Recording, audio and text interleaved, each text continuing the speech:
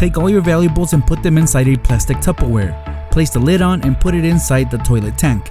No one will ever look there. Have you tried this trick yet? Real quick, let's hide a $50 bill. And no, we're not just gonna hide it inside a jar of peanut butter. Just fold it and tuck it underneath the label. If you live with someone who's allergic to peanuts, your money is safe. Follow me for more hacks.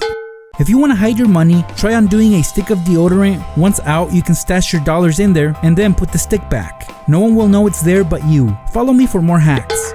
If you need to hide some money, just place it underneath a flap inside a box. Tape it shut and just add some random junk on top. No one will find it. Follow me for more hacks. Here's a genius way to hide money at home. Empty out a pencil cup, make a construction paper cutout on the bottom, fold your money and place it inside. Cover it with the cutout and fill the cup with supplies. Your money is now safe. Follow me for more hacks. If you want to use your phone in class, get a large calculator. Slide off the cover and place your phone in. Put the calculator over it and now you won't be caught. Simply slide the phone in.